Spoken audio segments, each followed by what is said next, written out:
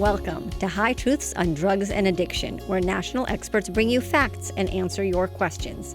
I am your host, Dr. Ronit Lev, an emergency and addiction doctor who has served at the White House and still practices on the front lines. Right here on High Truths, you will learn from experts, hear stories from the emergency department, and listen to people who have struggled from addiction. Friends, fentanyl is plaguing America. It has infected all illicit drugs, from cocaine to meth, counterfeit pills, and even marijuana. If you're around someone who may be using drugs, you should carry naloxone, the opioid reversal agent. Carrying naloxone for drugs is like carrying an EpiPen for allergies. If you need a prescription for naloxone, you should have one. No questions asked. That is why I am offering a free prescription to anyone who needs one. Come visit me on hightruths.com to learn more about the show, submit a question, or download a free prescription for naloxone. And if you like the show, do me a favor. Give us a 5-star review and subscribe. Your stars are very much appreciated and go a long way in supporting the program. Today's episode is sponsored by Families Against Fentanyl. FAF is an organization set on breaking the status quo of failed solutions and to get to the core of the supply chain of deadly fentanyl. Learn more about FAF by visiting familiesagainstfentanyl.org and sign their petition to declare illegal fentanyl a weapon of mass destruction.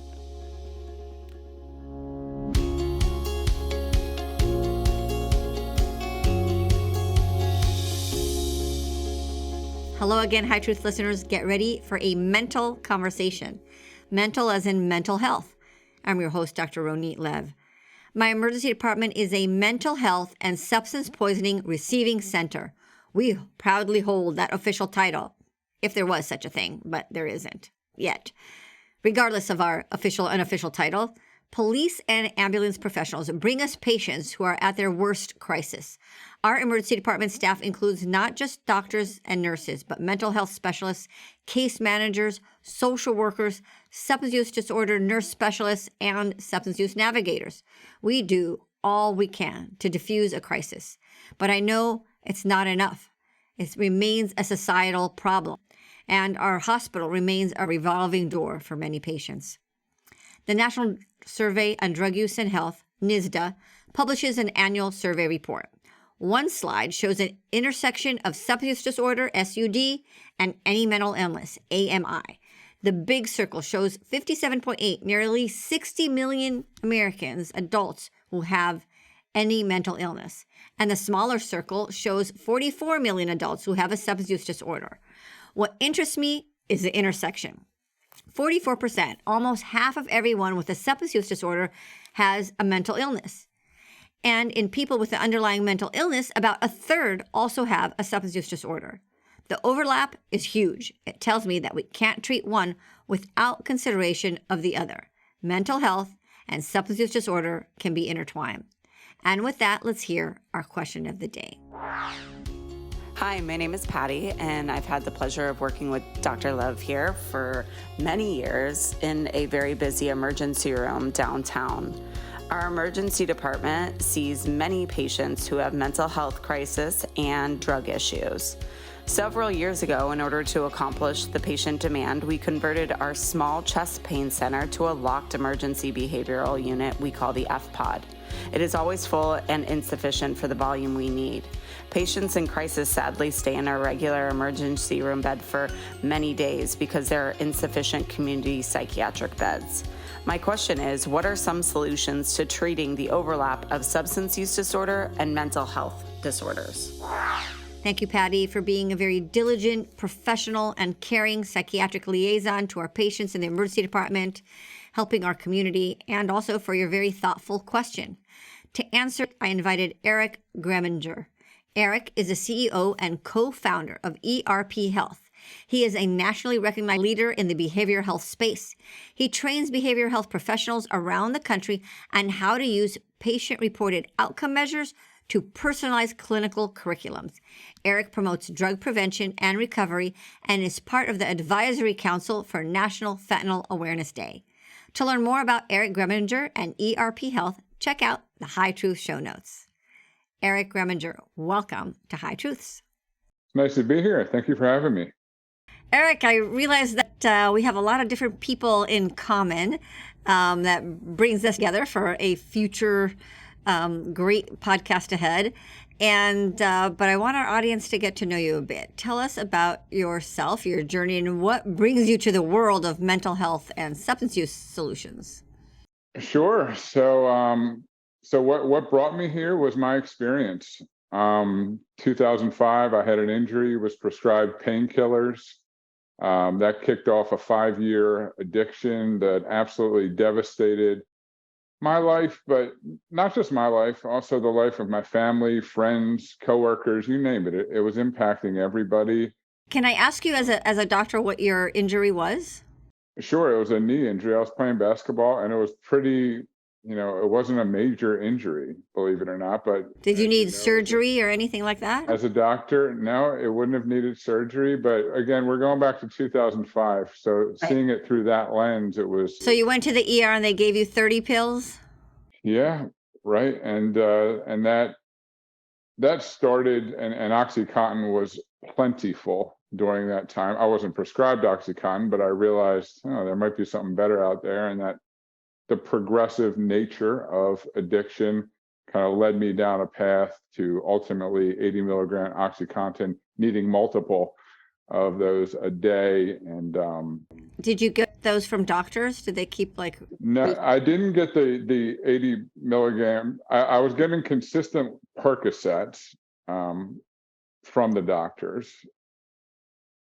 And then ultimately dependency takes place, and that wasn't enough. And then there were other factors. It had nothing to do with pain at that point. I think it was satisfying emotional things I had going on, and there was a whole kind of biopsychosocial impact that it was providing for me in my life, and I just felt like I needed more and more and more. And then of course the vicious spiral But the medical community enabled your addiction. Yes, created your addiction. Right. In hindsight, that was definitely the catalyst for the addiction. And then the nature of addiction, where I would do, these were getting very expensive. The habit was very expensive. I was doing things that I wasn't proud of to need to get more. That was creating shame. To cover up the shame, I needed to get high more, which would lead me to do more shameful behaviors. And that's a very vicious cycle. It's very difficult to break.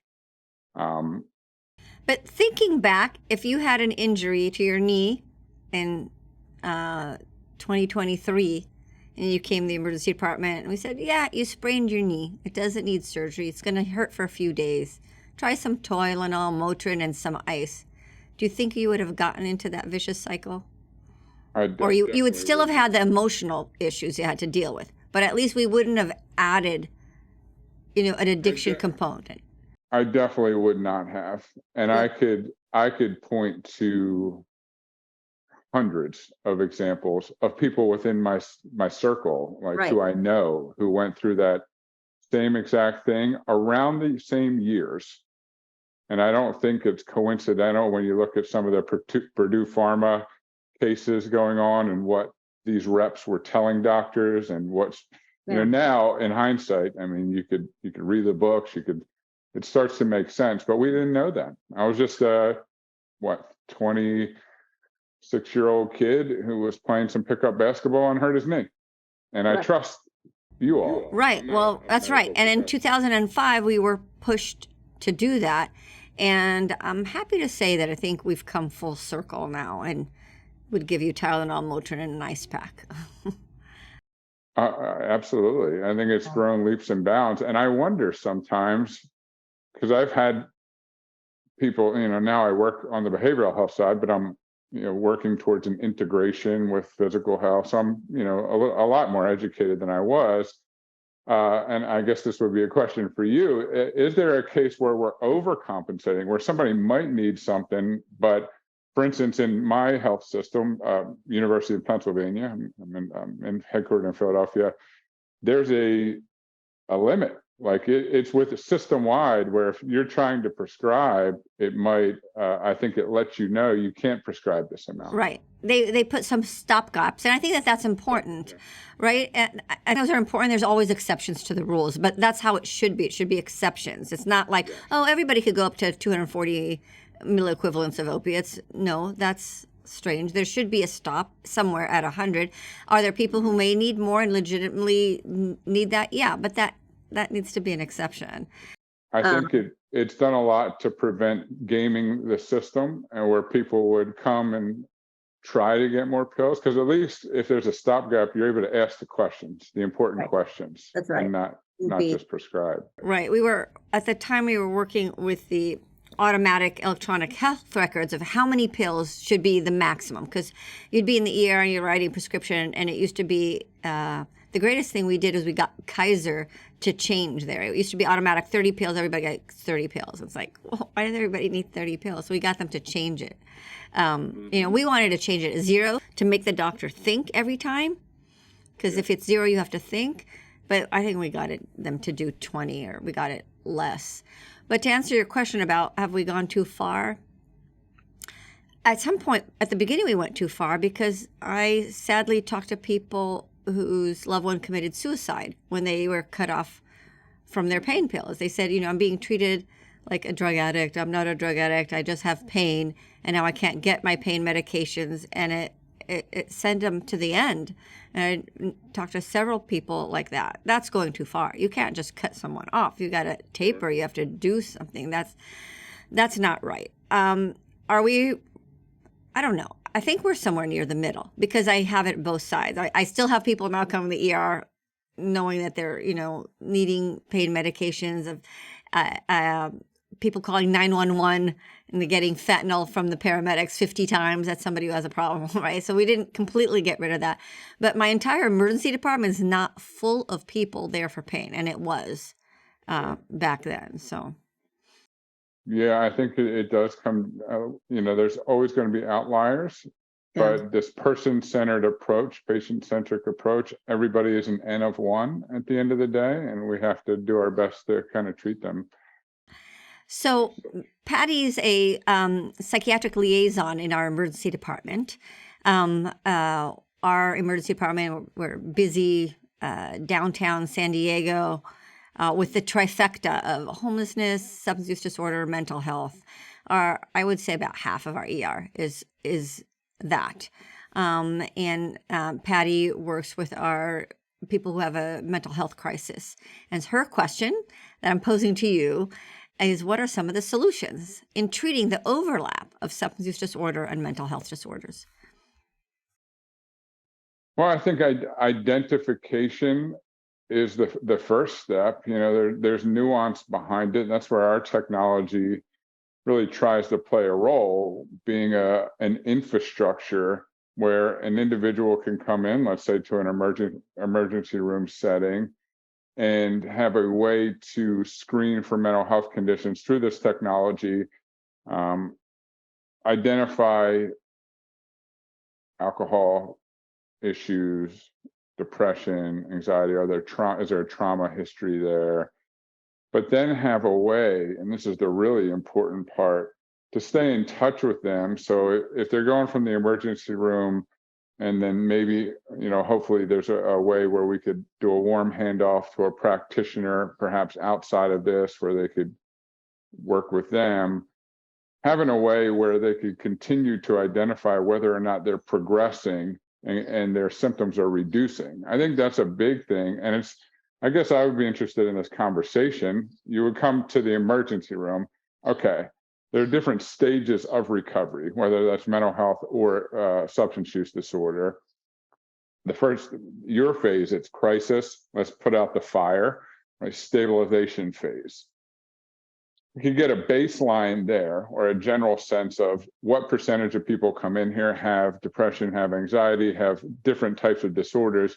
That data could be very helpful for your organization, perhaps in allocating resources to make sure the appropriate resources are available at that level. I'm interested in, where do they go next? right? Because I don't want them coming back to your emergency room over and over again. Mhm. Like, you all do amazing work. We are a revolving door, though.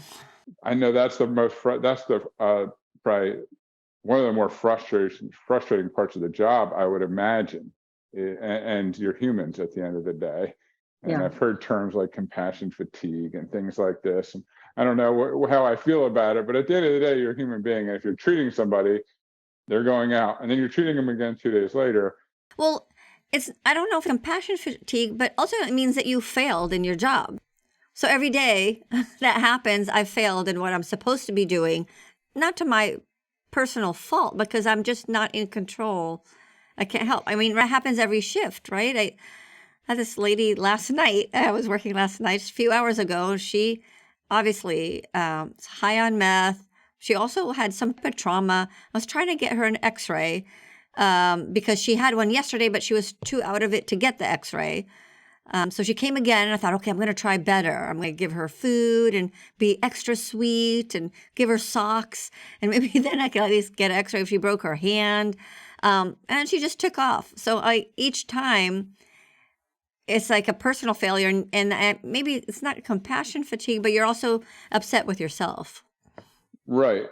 And then I would kind of reframe that if I were working with you in a professional setting. I'm a counselor by trade. I immediately go into counseling mode and say, you actually, I think did your job, but where do they go next? Is the failure of the system, right? And what sort of community resources need to be available, where we could direct these individuals to with late stage, addiction issues. I mean, it sounds like who you're dealing with is really, we need to kind of have a crisis center specific to meet their needs and orient them. That's the place to go, because that's what you're really needs to be addressed, because this person doesn't have the wherewithal to actually take your intervention recommendations into, and truly put them into perspective, because you taking that as a failure increases burnout potential, right? Which is in a system. So I would view it more as a system failure.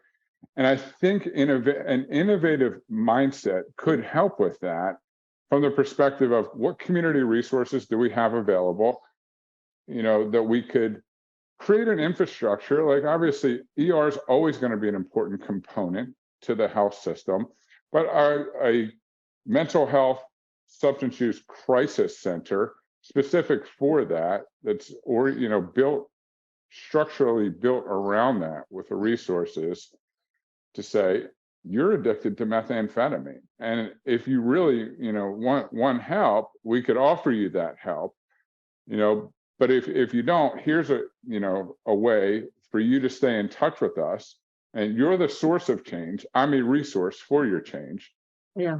But what we try to do is just measure each interaction and see, are they progressing even the tiniest bit? Every little bit of information is good information. Did they show up one less week than before? Is there anything I can do from an outreach perspective? What about peer specialists? A very affordable way, and part of our technology is we work with a peer specialist company to continue to measure things like, are you just keeping up with your hygiene, nutrition, things that would be variables or indicators of success. So all these ideas you're mentioning are part of ERPHealth that you work with. Tell us a little bit, what is ERPHealth? Yeah, that might be helpful to start with. So ERPHealth is an enterprise-grade outcome tracking platform that leverages the power of technology to personalize patient care, promote health equity, and improve population health. So we're designed to be an infrastructure where if somebody comes into the health system, we're able to take a baseline measure. Right now, they're presenting with severe depression, mild anxiety, substance use disorder, and alcohol use disorder. And then wherever they go from there, we're continuing to assess them. So it's patient-reported outcome measures. And we could do that through a phone or a tablet directly at the treatment center or medical facility. But the important thing is we're trying to engage them in their own treatment process and say, you're the agent of change in your life. You have an active role in your recovery. We need you to take these assessments. You know, you were in a trainer before you became a counselor, right? Yes. So I see the analogy, right? You're trying to create, okay, look at this. Your weight is like this and your body mass, and you've created some muscles, and the analogy in that. Because the reason this made so much sense to me, and I created this program in 2014 in pen and paper format. And before that, I was a personal trainer. And they talk about measurement-based care as if it's this novel idea. And I'm like, this is just common sense to me, because somebody would come to me and they would say, hey, I want to lose 10 pounds, right? And I would do a quick family background, any injuries that would prevent us from success. And then I would say, please step on the scale. Right. And I would write down your baseline number, and we'd put together a plan, cardio, a little weight training. We'd get to work. After a few weeks, they would come back in and I say, please step on the scale. And whatever that number told me, if it went up or stayed the same, I would be able to ask very good questions like, have you been able to get to the gym? What's your nutrition like? And then that would inform how I modify the exercise plan to get us on our goal to reach 10 to lose 10 pounds. And the person could do it themselves too. Completely. And that, I think that's the importance of having an infrastructure or I think you should call this a mental health trainer instead of, personal trainer. Yeah. It's like, oh, I'm a mental health trainer. That sounds cool. Right? That sounds super cool. And I think the platform, because we have to, keep in mind, there's this balance where I want to acknowledge and make people feel comfortable, especially in the behavioral health profession, where we're starting to integrate with medical health. Historically, there haven't been standards of care. This is scientifically sound. I mean, the body of literature around measurement-based care, patient-reported outcome measures, personal agency is very strong. But we also it's novel to a certain degree as well. So ERP what you offer is a technology base that integrates with hospitals, clinics, doctors' offices, and patients' input?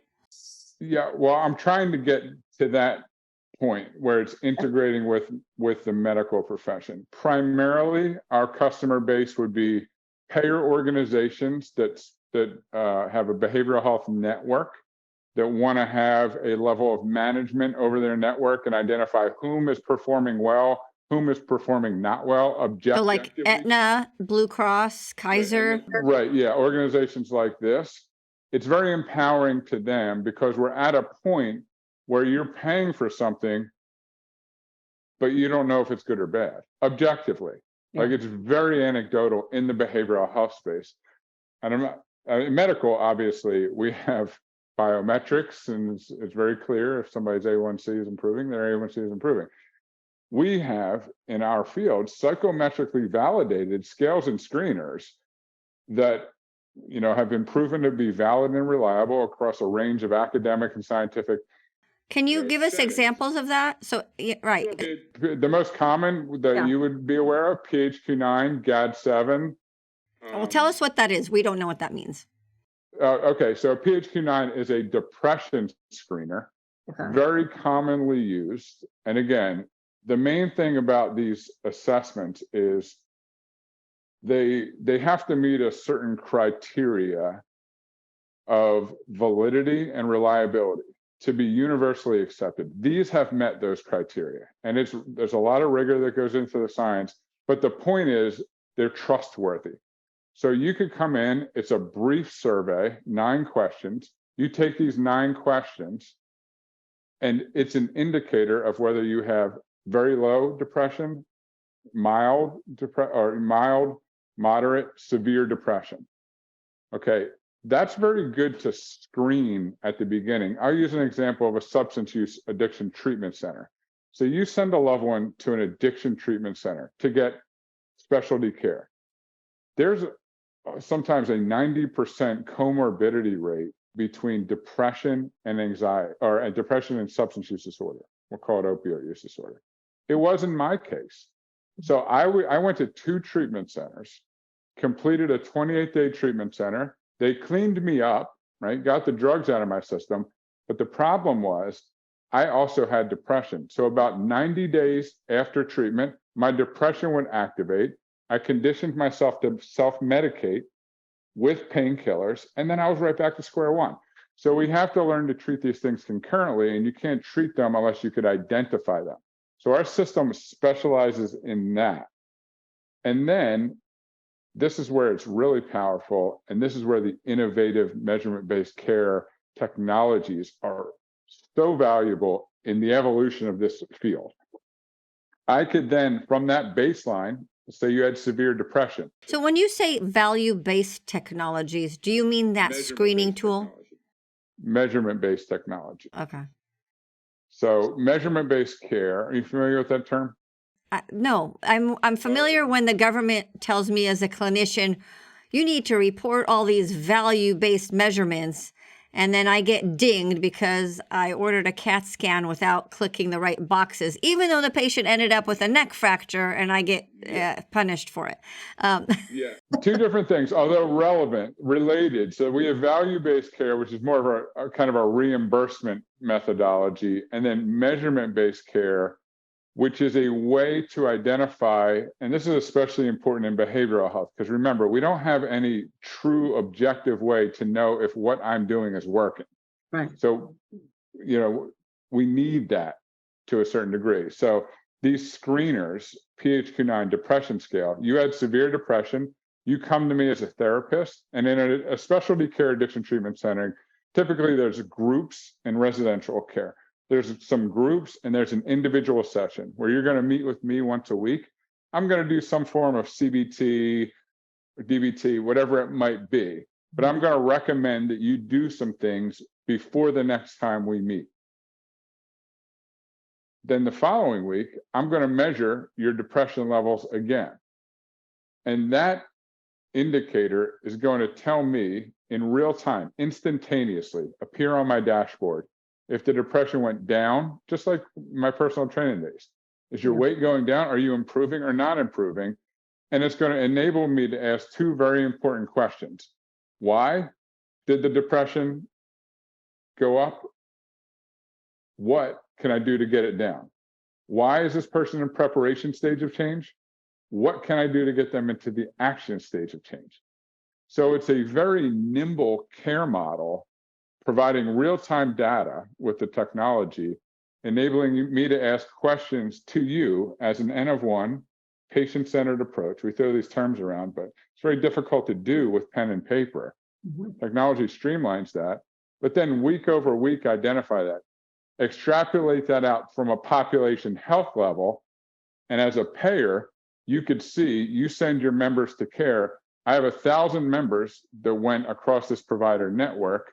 I could see significant drops in depression, anxiety, cravings in this center, not so much this center. I could break it down by age, demographic type. We talk a lot about health equity, very important. We need to identify culturally appropriate recovery resources, but it's impossible to do that without data to identify, oh, this treatment center does really well with African-American females aged 18 to 35. This one, not so much. So that can inform member care as far as where I may recommend this person goes. And I think that is where the value of having this platform comes into play. Yeah. What are some of the measurements that you use for substance use disorder? You mentioned cravings. What are the indicators used for that? It's a craving scale where you would frequency, intensity of cravings for primary drug of choice. Of course, medical management can be worked into it. If you're on an MAT protocol, we want to know when you leave the treatment center, are you adhering to that protocol? So are you showing up to your appointments? If you answer no on the health screen, it gets sent right back to the treatment center so an outreach can be done. I believe this could save lives. If I know early that you're not adhering to the recommendation. Same with psychiatric medications. It's not talked about nearly enough. It's the comorbidity rate between addiction, and we can't say it's success if we just cleaned somebody up, quote, cleaned somebody up off of their alcohol issues or whatever it is. We have to identify the root of those issues. Identifying ACE scores, really important. Social determinants of health.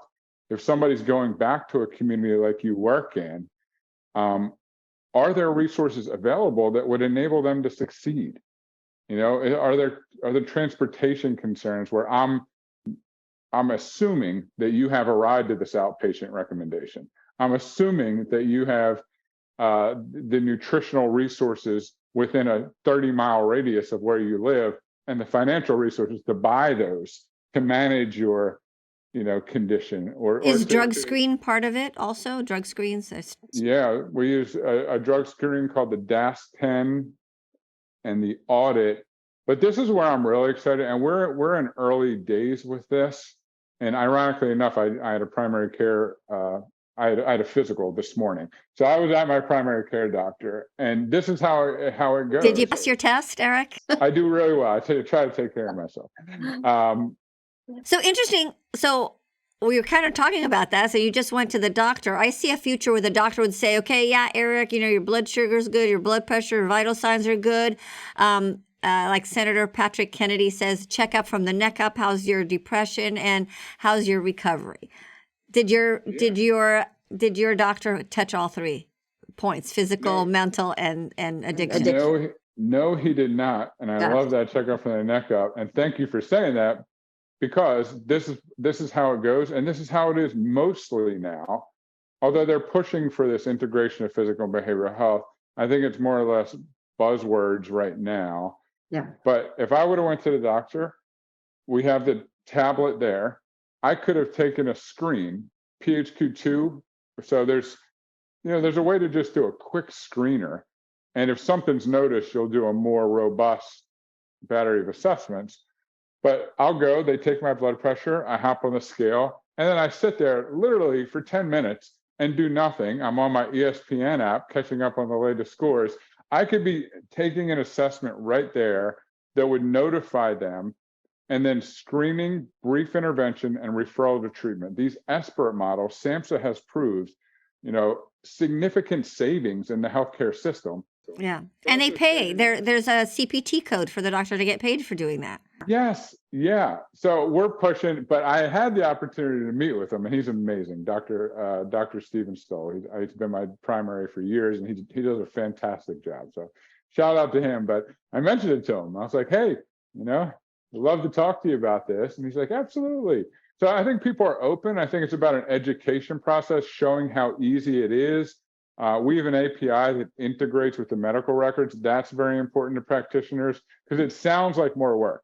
It's not. Right. But Right. That's the first thing. It's like, are you kidding me? Do you know how many things I already have to screen for? You're going to give me more things? Right. But it's them, it's the patient. So it's always about the patient. If we talk about individualized care, which we do often, you have to include the individual. Like, it can't be, and that is happening on its own. That's just kind of a byproduct of the times we live in. The democratizing of healthcare. I mean, I have an Oura ring. I know how well I slept last night. I have an Apple Watch. I know my heart rate at most times during the day. Like, I am informed much more so than 20 years ago. It's like, whatever you told me, that's it. That's the only bit of information I know. That 7-minute visit with my primary that I get twice a year. That's what I know about my health. Not the case anymore. I expect to have an active role in my care, and I think that's a good place to be. But it's always going to be a combination. Like, you went to school for years, you're informed. I could tell just based on our conversation so far. You're somebody I would trust. The information that I got from you would inform the way that I live my life, because I trust that. But I think it's a combination. If we include them and say, you have an active role in this care, especially in mental health settings, where it's long-term, it's chronic disease we're going to talk about, not acute care, where I'm going to band-aid you, and this is probably going to be the path towards healing.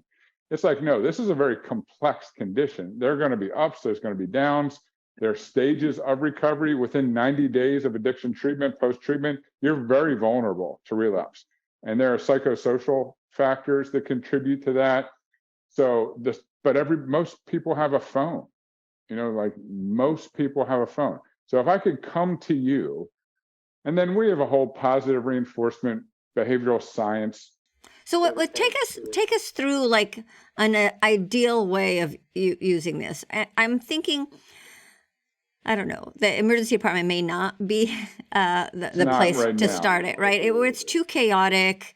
People are not even able to get to a phone and click to things in a real, if they're, in horrible withdrawals, or if they're way intoxicated, or like the patient that I mentioned, they won't be able to do an app. But let's say the next step after the crisis has dissipated, a person enters the system, and take us through that. I'm going to give you my magic wand. This is if it goes exactly how Aaron dreams. Yeah, the gold standard. This is the gold standard. Okay. So somebody like me goes to their primary care physician for a routine checkup. They're presented with an ERPHealth tablet. It's identified that they're drinking 5 or more drinks a day, right? They didn't know that was a problem. That's what all their friends do. It was, post-pandemic, I got into the habit, started drinking at noon, whatever it might be. The doctor gets notified of that and says, that's not healthy behavior. Would you be open to speaking with a specialist? Going to a treatment center and helping you to get this under control. Patient agrees, yes. All right. Because we have this infrastructure of providers, we could identify based on their demographic information. So this is a male, he's 23 years old, Caucasian. I could go to my database. Who offers the best care for this person? We find the provider. Or have the computer do that for me so I don't even have to do that. Computer does it. Yeah, it could just automate it. But from that screening, there's a brief intervention and then a referral to treatment. Now we're at the treatment center. All right. Specialty treatment center. I specialize in treating alcohol use disorder, which this person has met diagnostic criteria for per the DSM-5. Okay, great.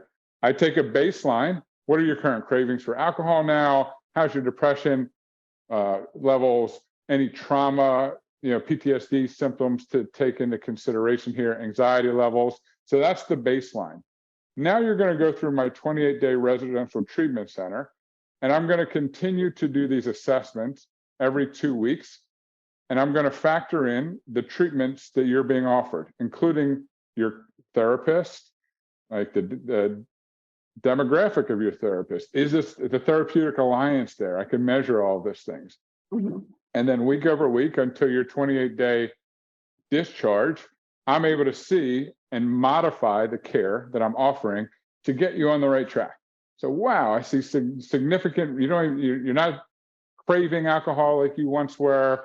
Your depression has gone down. It seems like your neurochemistry is starting to find homeostasis, and everything on a professional side that I would want to see, but also conditioning the person to say, you have an active role in this. See, when you take these assessments, it helps me to do my job better. I'm going to need you to continue to do that as you reintegrate back into your home life and to work life and family life. And that's a 12-month model is what the technology is really built to go. Does the patient then, the patient has a severe enough disease to go to a treatment facility, right? Not everybody needs to go to a treatment facility. And then are they assessing, okay, now do your score once a week, and then that sends an alert if you go up or down? Yeah, it would send an alert depending on the severity of it, or it'll just populate when the therapist meets with that person one-on-one. It works just as well in an outpatient setting. I'm just giving you an example of a extreme case. They would need residential, and then they're stepping down to, let's say, outpatient, but they're continuing to take this assessment in the same exact way they were from day one. So we talk a lot about interoperability. And the assessment for substance use disorder, besides craving, is it just saying, yes, I'm using, how much alcohol have I used? Have I used meth? Have I used marijuana? Yes, right. Now, the obviously the ultimate goal is to get them to a point of 12 months where they no longer meet diagnostic criteria for either substance use disorder or alcohol use disorder. So in our world, per the recovery research, that would be sustained remission. So we have very clear targets that we're going for, and then 5 years would be remission. So that's, as a clinician, what I'm aiming for. Now, I have to build out the architecture that would enable me to identify your progression up until that point. So when we built this technology, we started with the end in mind and say, this is a chronic relapsing brain condition, right? Brain disease. Mm-hmm. Okay, so we know you're not going to treat it in 28 days. You're not like, that's not how this works. So let's take a step back and see 12 months is here. What sort of things do we need to know about this person to get them to successfully reach that point? And what sort of, whether that's peer support, whether that's case management, whatever it might be, what sort of information would they need to know early, preventing a lapse from turning into a full-blown relapse and potentially an overdose death? MAT compliance, psychiatric medication compliance, continuing to monitor depression levels, stress levels, anxiety levels, precursors to return to use, spikes in this. That's an indicator to me. I want to do an outreach to this person. So they would get alerts for that. And then social determinants of health. What sort of resources do you have available to you? How's your family life? Family life's really bad right now. I don't have any supportive friend. I want to know that, right? I want to know that and intervene early and keep you out of your emergency room, and this is a powerful way to do that on the behavioral side, but they absolutely go together, because somebody has a panic attack because they could have managed their anxiety if I knew early, but instead the anxiety continues to rise and learn other ways of dealing with anxiety without going to drugs. Marijuana. Without going to drugs, without going to marijuana, without it progressing to where you're thinking you have a heart attack and you go take up your valuable time because I think I'm having a heart attack and really you're having a panic attack, which would have been very manageable had I known early that this was rising. And again, this is not anecdotal. These are trusted screeners that are used in clinical trials around the country. So I like pointing that out as well. Like, this is a scientifically sound approach to managing chronic conditions. Where would I see this now as a provider and as a patient? Are you in, I see your Philadelphia, Pittsburgh sign back there. Is it just East Coast? Are you nationwide? No, we're nationwide. We're from Portland, Oregon to Florida to Philadelphia area, all the way up to California. But this is the vertical that we started in, was addiction treatment. Why? Because of me. Because I wanted to help people who struggle with addiction. The only reason this platform exists, now I started it in pen and paper format, where I would go to treatment centers locally here in Philadelphia and I would say, this would be really helpful if you used it. And they would engage the patients with pen and paper assessments at the time.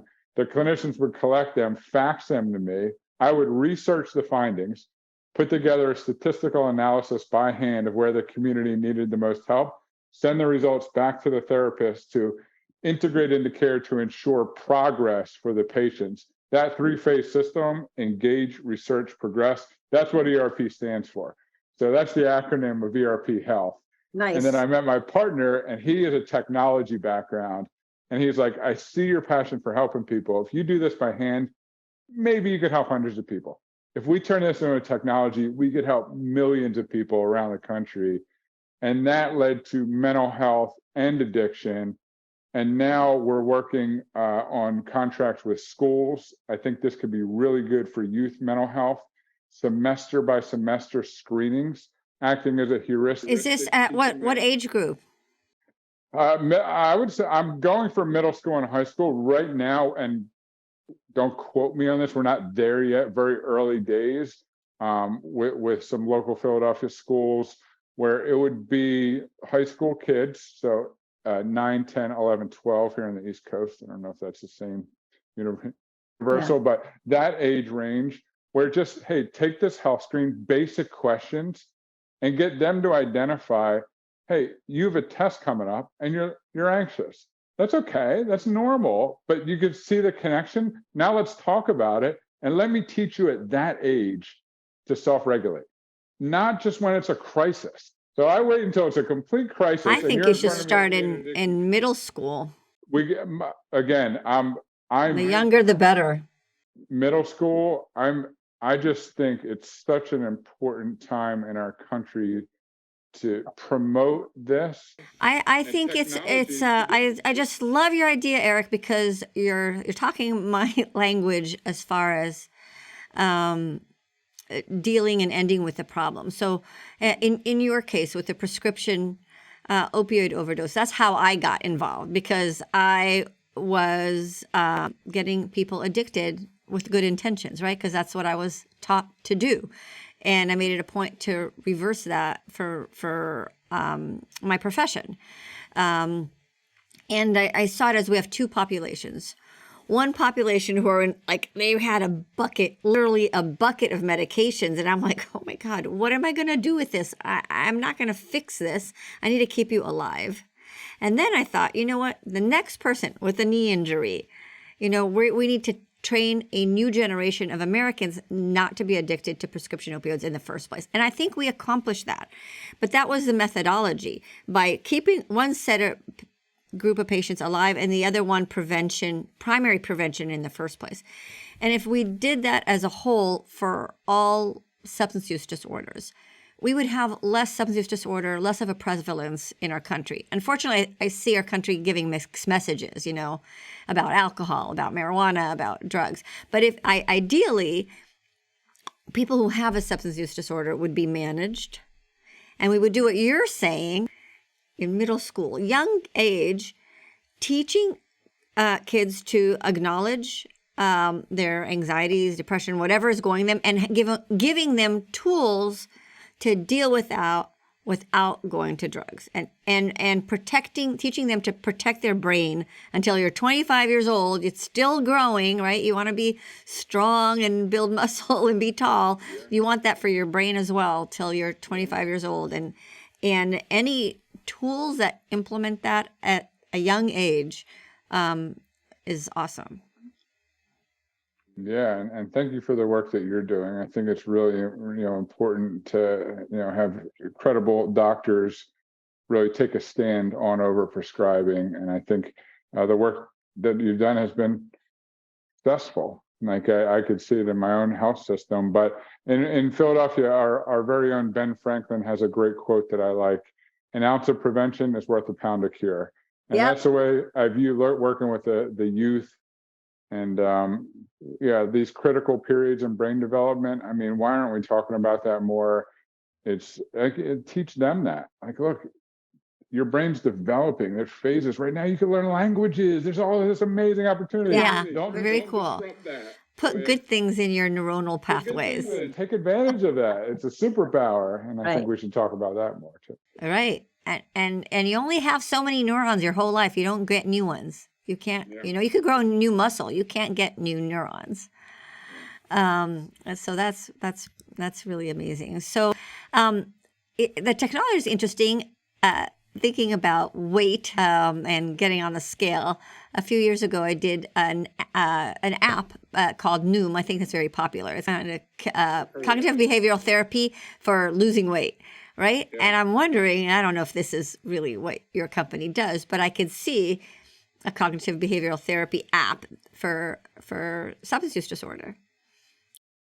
Yeah, absolutely. And there's a few out there. I don't see us being that. I really want us kind of to be that infrastructure through which novel ideas like that can connect to. Mm-hmm. But building it out 12 months and beyond. So in a true chronic care model. Mm-hmm. And then being able to identify progress throughout. I really believe health equity is important. I think there are just cultural differences that may make certain providers better for certain patients. And I think if we could show that and connect those individuals to the right care, that will improve outcomes. And ultimately, I think all of this, actually, I know all of this, when used in the way that I hope that it will be used, will reduce healthcare costs.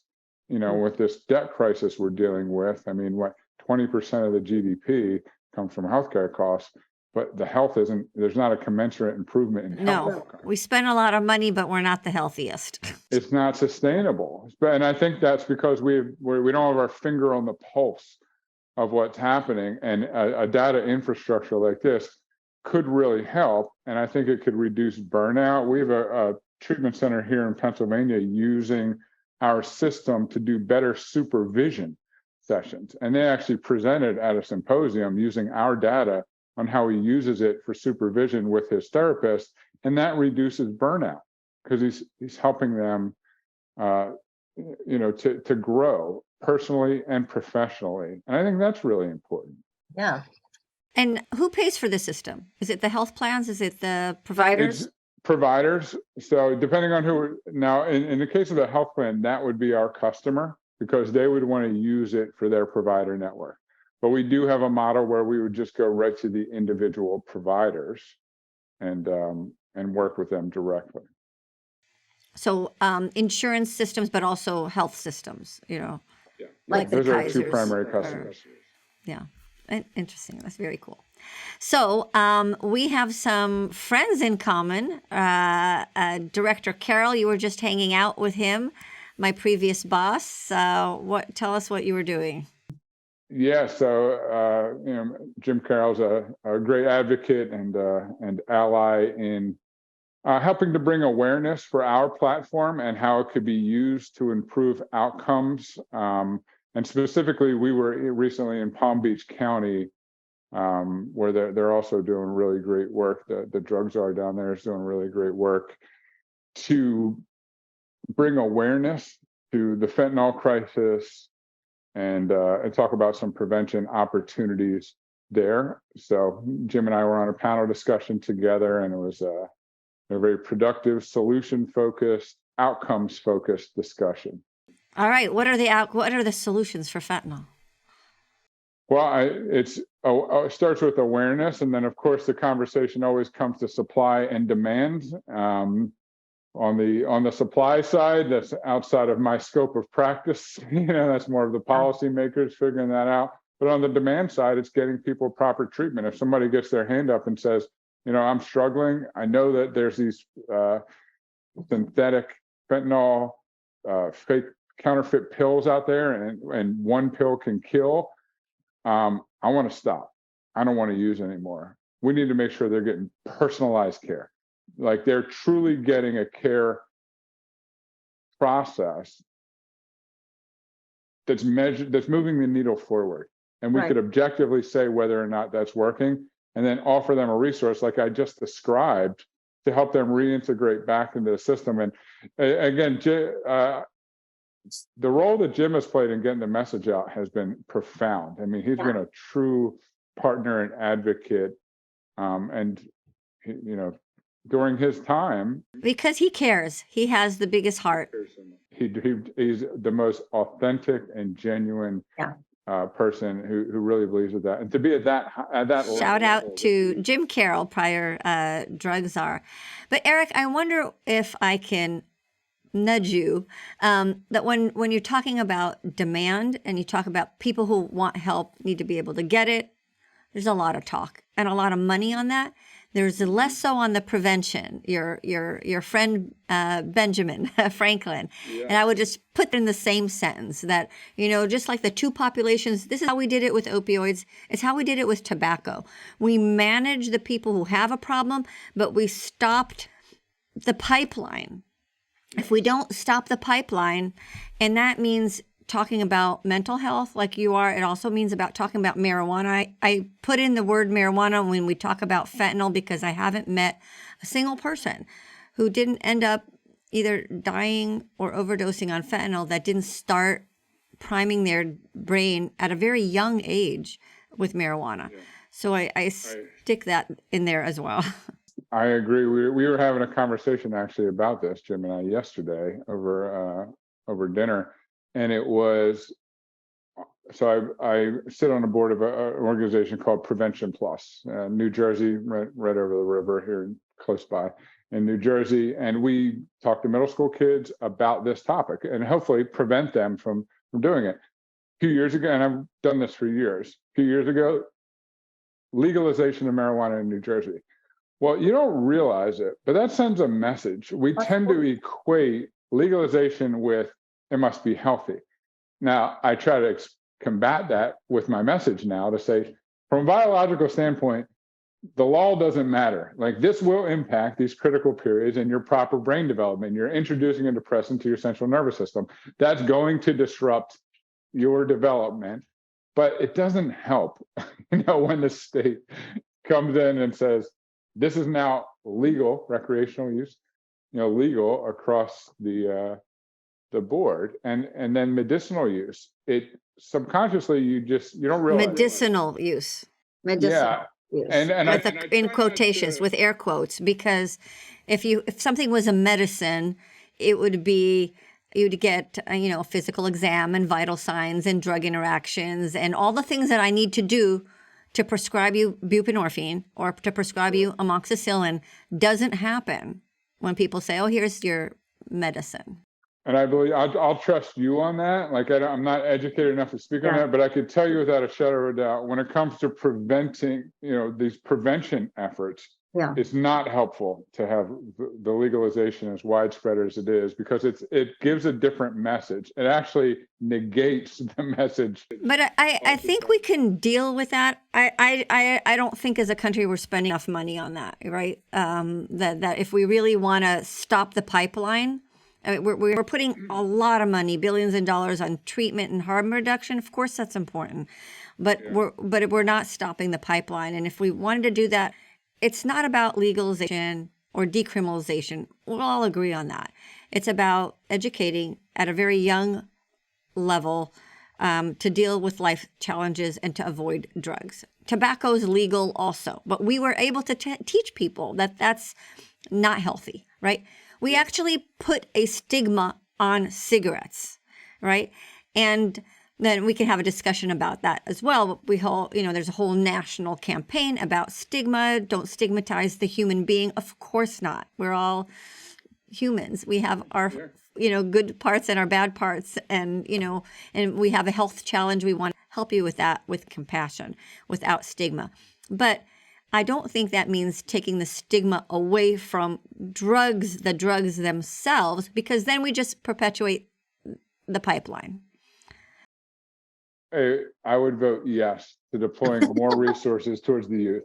I think it's a great strategy. I think we need to make it equitable resources. I think we need to give these kids a compelling vision for the future, something to be excited about. So it's not just about not using, it's about what you can do, as a result of not using. And I would 100% vote yes to that effort.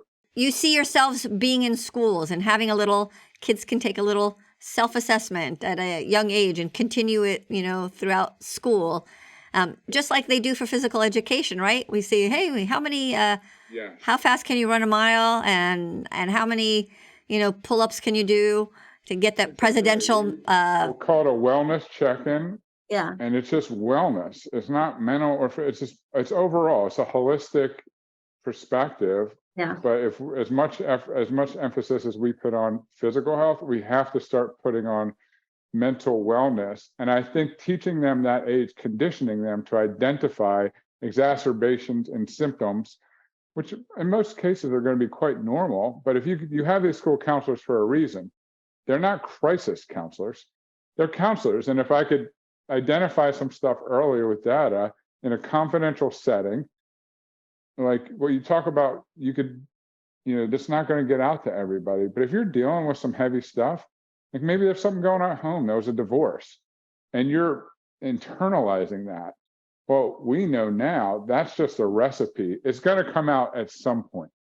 So if we could have productive, safe conversations, enable you to be vulnerable, kind of address some of these things early, we could prevent Give you maybe some of the tools. ACEs. Right. Give you tools to deal with that. Tools. Right. That's right. And those tools will be lifelong tools. Because remember, they're learning things right now that will go with them forever. And now's a time when they could actually be conditioned with some habits that will be hard to break. So we could give them good habits, just like the bad habits that get established because we're not paying attention. If we could be more deliberate, we could introduce into the brain some habit loops that will be conducive to a healthy, happy lifestyle. And then, of course, that will lead to a healthy, happy world. And that's what I want.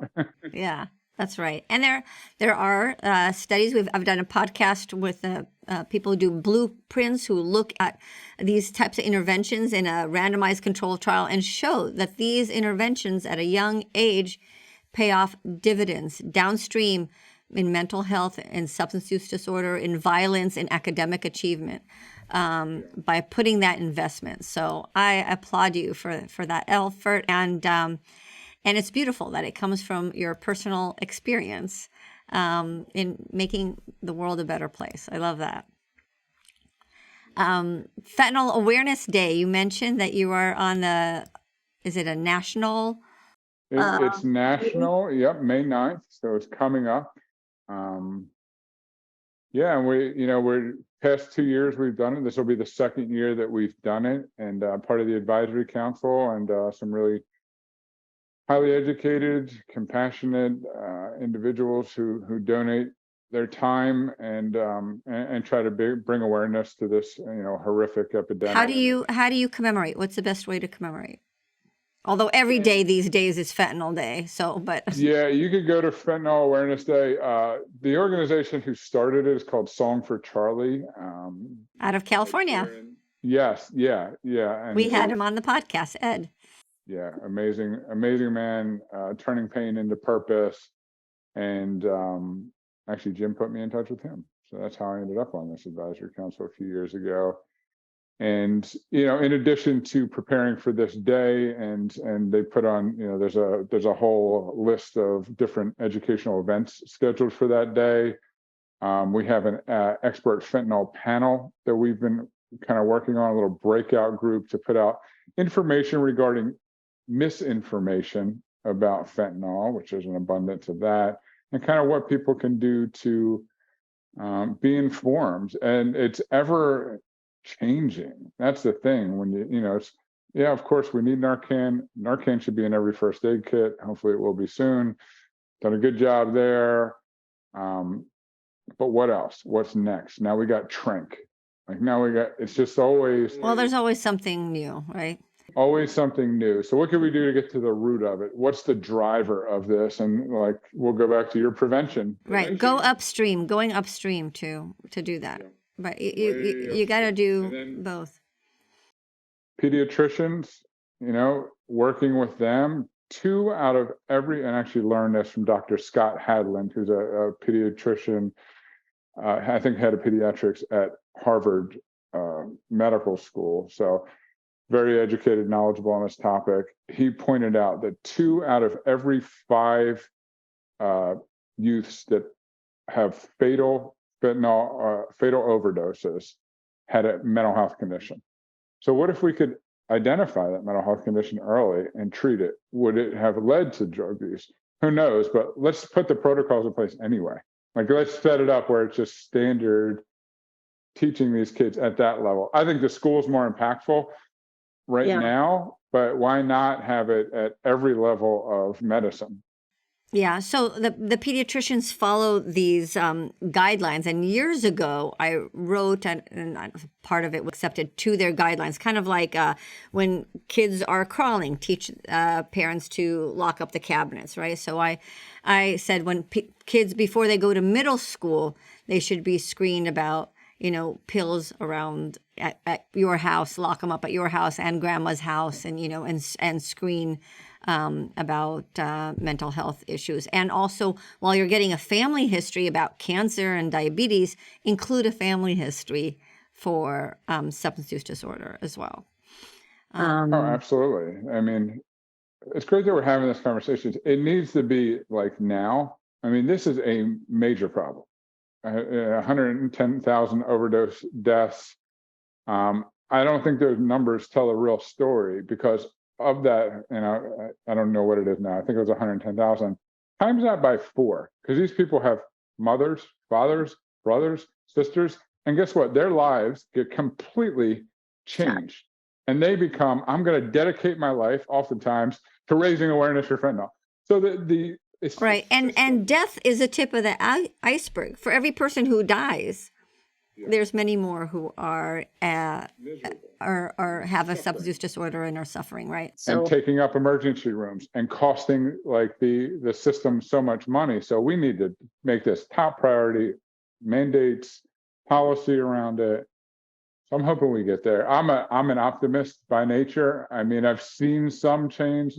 Well, we fixed one problem, then we create a bigger one, right? We've kind of fixed the opioid prescription problem, and now we have a bigger, worse fentanyl problem. I'd like to inject something for Fentanyl Awareness Day. If you're able to get that through, is fentanyl testing in hospital settings. It's a bill I wrote for California. It's passed in California, Maryland. Maybe you want to bring it over to Pennsylvania. But if we're testing for PCP and marijuana and cocaine and methamphetamine, the package of the drug screen should automatically include fentanyl. It costs 75 cents a reagent, so there's no money excuse. Health plans don't have a problem with it. There's an educational gap in just getting that test for the labs and the hospitals. And when you know something, I mean, your whole company's about data, right? So when you know something, you can intervene. If you don't know about it, then you can't. I love that. And you push that bill through? Yep. That's a huge deal. Yeah, so excited about that. I'd love to learn more about that. I might reach out via email to learn get some more details about it. But that's incredible.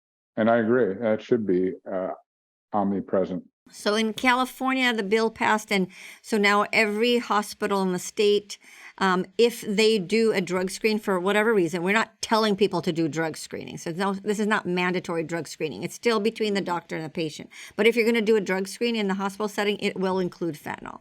And that happened starting January 2023. Maryland just passed the same bill. They took our language, and they actually made it better because they made the data go to the state opioid commission so they could be used to track.